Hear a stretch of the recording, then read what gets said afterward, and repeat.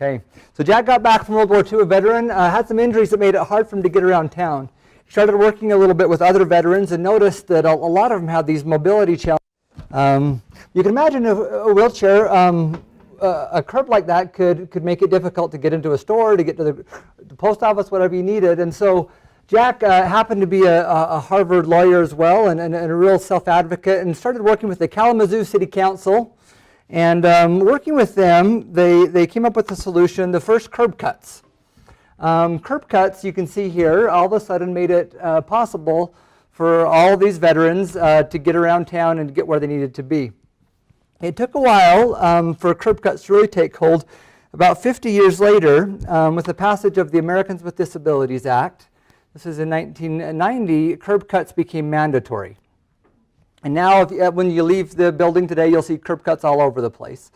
Now at the beginning, when curb cuts were first kind of mandated, there was a little bit of grumbling and complaining. People, store owners not really seeing the value or the need for that, but because it was a law, that they started to happen, and all of a sudden, there were all kinds of unforeseen benefits of curb cuts that started to come out. And just real quick from the audience, and I'll repeat these back. Curb cuts, besides being useful for someone in a wheelchair, why else are curb cuts helpful? Strollers, good. Getting equipment in and out of the building. Equipment, yeah, if you're like on a dolly or something, yeah, perfect, good. Anything else you can think of? Pulling luggage. Luggage, great. Grocery carts. Bikes, scooters, good.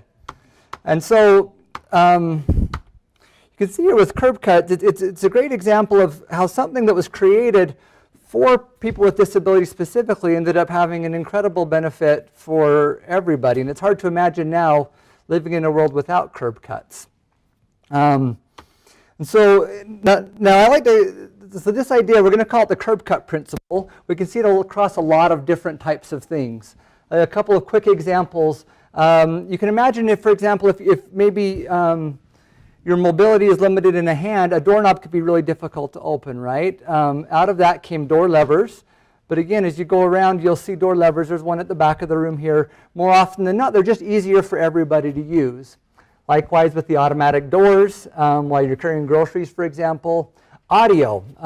Many of us listen to audio at one place or another, audiobooks or other things. A lot of that initiated from again, people who were blind, maybe they didn't know Braille, not being able to access print books, and so we started putting books on audio record players at the time.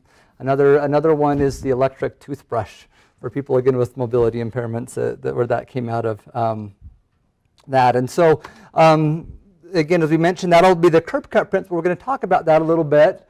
Everybody has a syllabus where you have that accessibility statement on there. We're going to kind of now consider how the curb cut principle might apply in your classroom. One of the best examples to look at, I think, is the idea of captions. You've heard a little bit about this already today. Captions on videos. Now, captions can be, they're not very hard to do. They're not even very expensive. And for a student who is deaf or maybe hard of hearing, they're absolutely essential to be able to access the video. But there's a lot of other uses, again, for captions. Maybe just real quick, I'll open it up. Anybody else ever use captions in another setting? Please, can you think of? My English is my second language. That's a big one, isn't it? Yeah. It's a lot easier to read something than it is to listen for most people. So that's a huge one. English is a second language. Any other uses of captions people can think of? Working out at home. Working out at home? There you go. Yeah, on your bike or whatever. Yeah, kind of hard to hear. Good. Maybe just real quick, how many of you ever turn captions on when you're watching videos at home? Some of the time or all the time? A lot of people do. Some movies it's just hard to hear the dialogue or noisy kids, whatever the reason is.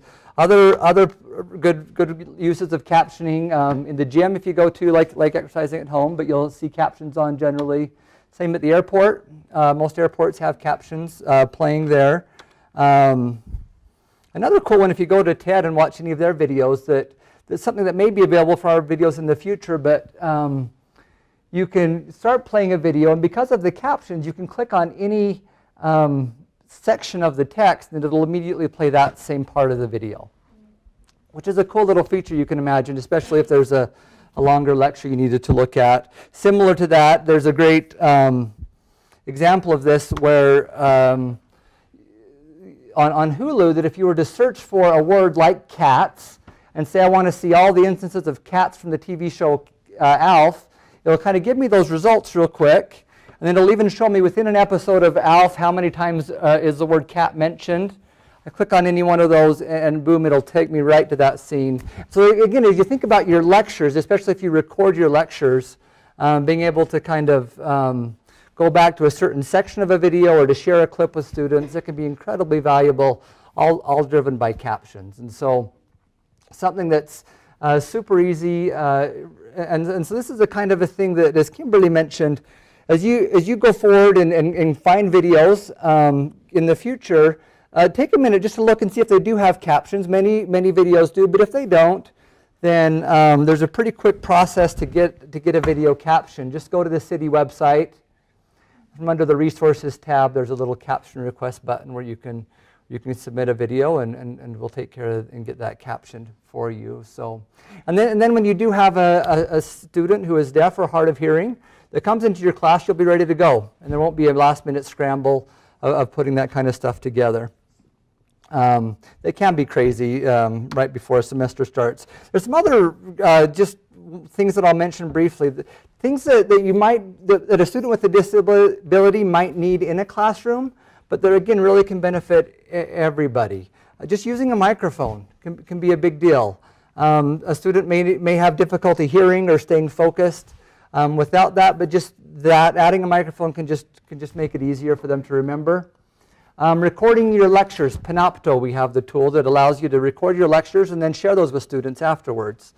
And so again, maybe a student can't quite keep up with how fast your lecture is going, or maybe they fell asleep in class, whatever the reason might be. But again, recording your lectures, then you've got them there, and then you could also add captions to those lectures, and it's a great tool for students to be able to access your content. PDF files, as was mentioned.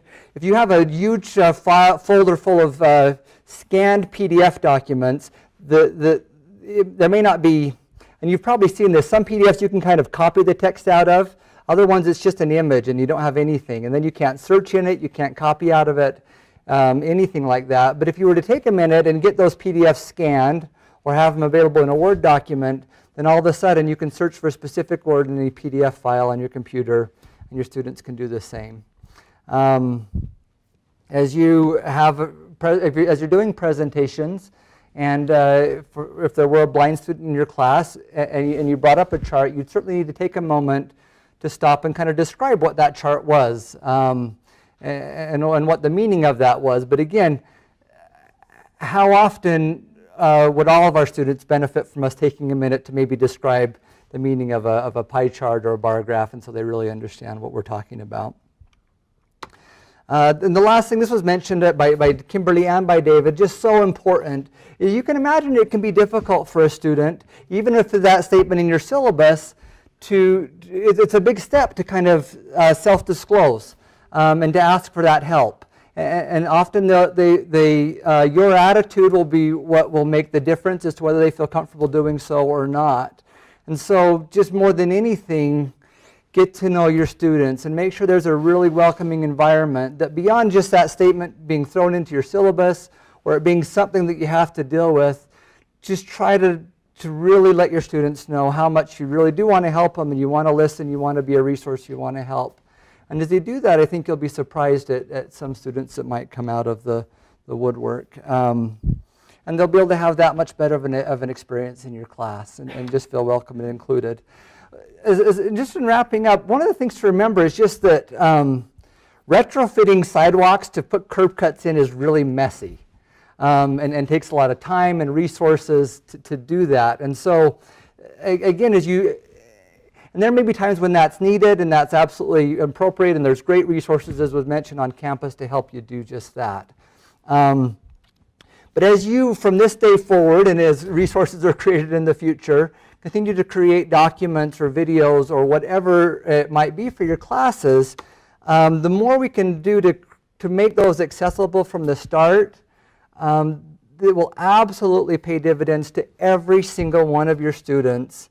And it will make your life easier, and it will just make an environment where students will come into your class and they'll be able to log into Canvas or come to that first day of school of class and just feel welcomed and appreciated and be able to have an incredible success in your classroom. And so be aware of those things. Know that there's so many resources available to help you in any way that we can. We're anxious to have those conversations or answer any questions you might have. Thank you so much.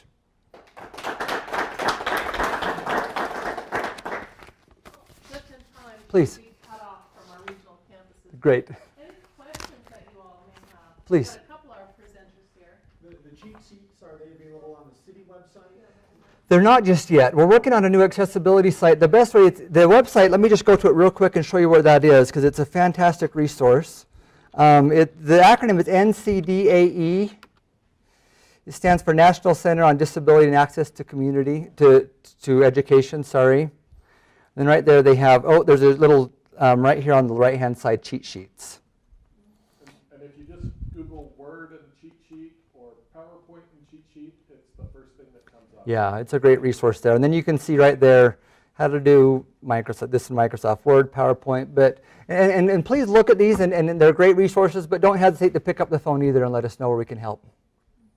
Any other questions at all? I have a question for David. I'm just curious, if we send a student to you who is struggling, what's the wait? Just, I know to get into psychological services. Yeah, to as get well, into but- our office, a day or two. Okay. So we're going to see them as soon as their schedule matches ours, and ours have openings pretty much every day. Right. If they need to get assessed, that may take several weeks at CAPS to get them in. But if there's a clear indication that the student has a disability, we're going to set up kind of interim or temporary accommodations while we're getting them assessed. So. We all have questions. Right. I've already had my turn. Go ahead.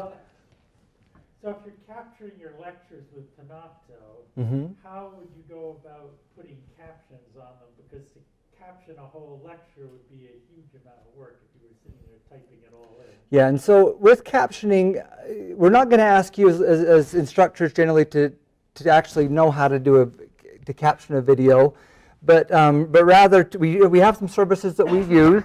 They can cost anywhere from $2 to $4 a minute type of a thing to do. And so it may be that we're still getting some systems in place to make that would enable all lectures to be captured. But certainly if there's a need right now, just again, it's on that city website. Go there and just submit the information with the URL for the Panopto lecture, and it can get taken care of that way. So then you don't need to know all of the ins and outs of how to do captioning. Neil, anything you'd add to that? Like the vet school, we're doing Panopto for a large percentage of our lectures now. I mean, if we tried to Caption caption all everything. those, it would be humongous. For the most part, we're not captioning Panopto lectures, in part because if there's a student in there who's deaf or hard of hearing, we have them identified and we'll do something at that point. We do actually have, I think, 2 students in our first year class who are hard of hearing, have hearing issues. I think they're doing fine at the moment without that, but Yeah. So it'd be something to proactively ask it and see, because we do it that way. But the challenge with Panopto is oftentimes it's got a 1 semester shelf life. That's a great point, yeah. And so it's often not the best use of our resources to caption, all the Panopto stuff out there. It's more courses where you're going to use that material again and again and again. Good. We'll proactively caption it. Other things we'll kind of reactively do it when we know a student needs it. Great feedback. We want to be reasonable in everything we do here. Travis? I don't know if this is something you can answer or David can address it, but if there's a student, for example, who was hard of hearing or deaf at a regional campus who's participating in a broadcast course, what kind of resources are available that way? So any accommodation type service that's offered on the Logan campus is offered at every regional campus. It may just be done slightly differently. So If they use an interpreter, if there is one in the local community, we'll set it up. If not, they'll get that on a video conferencing kind of a system. They use transcripts, same thing. But our office covers students throughout the whole USU system, and anything we offer at one spot, we have to offer at every spot. Good. Any I other have questions? a couple questions. I would just love to see an awesome Canvas page that is a good example of all of this. You know, Yeah. It'd be nice to have access to something, so to me, it's still Right, interesting to see how it all obey is works. obey. Right. Yeah. And it's I going to be like different, concrete things. So certainly. think about that, Neil, in your spare time. We have some good courses to show. We just need to figure out how to share them. And this is kind of a related but an unrelated thing.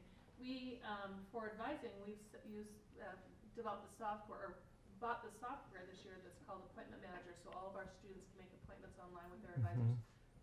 They Just can't when looked they're at it, and blind. it's not Help me. accessible. I know, it's I not know, accessible. I just found that out last week. Yeah. So if there's that, I've heard yeah. about that. It makes me feel bad. I don't Besides know. just course material, there may be other things as well. I'll talk to you right afterwards. But what a big deal it is, though, too, like David mentioned earlier, if there's a course that has an ebook, to ask that one question, is it accessible, to help those producers of content recognize that that is important to us, and maybe it's not right now, but it could be in the future type of a thing. So, good. Thank you so much for coming. Again, Christopher, Phillips, if you have any questions, or David, we're always happy to help out any way we can. Thank you so much. Thank you so much.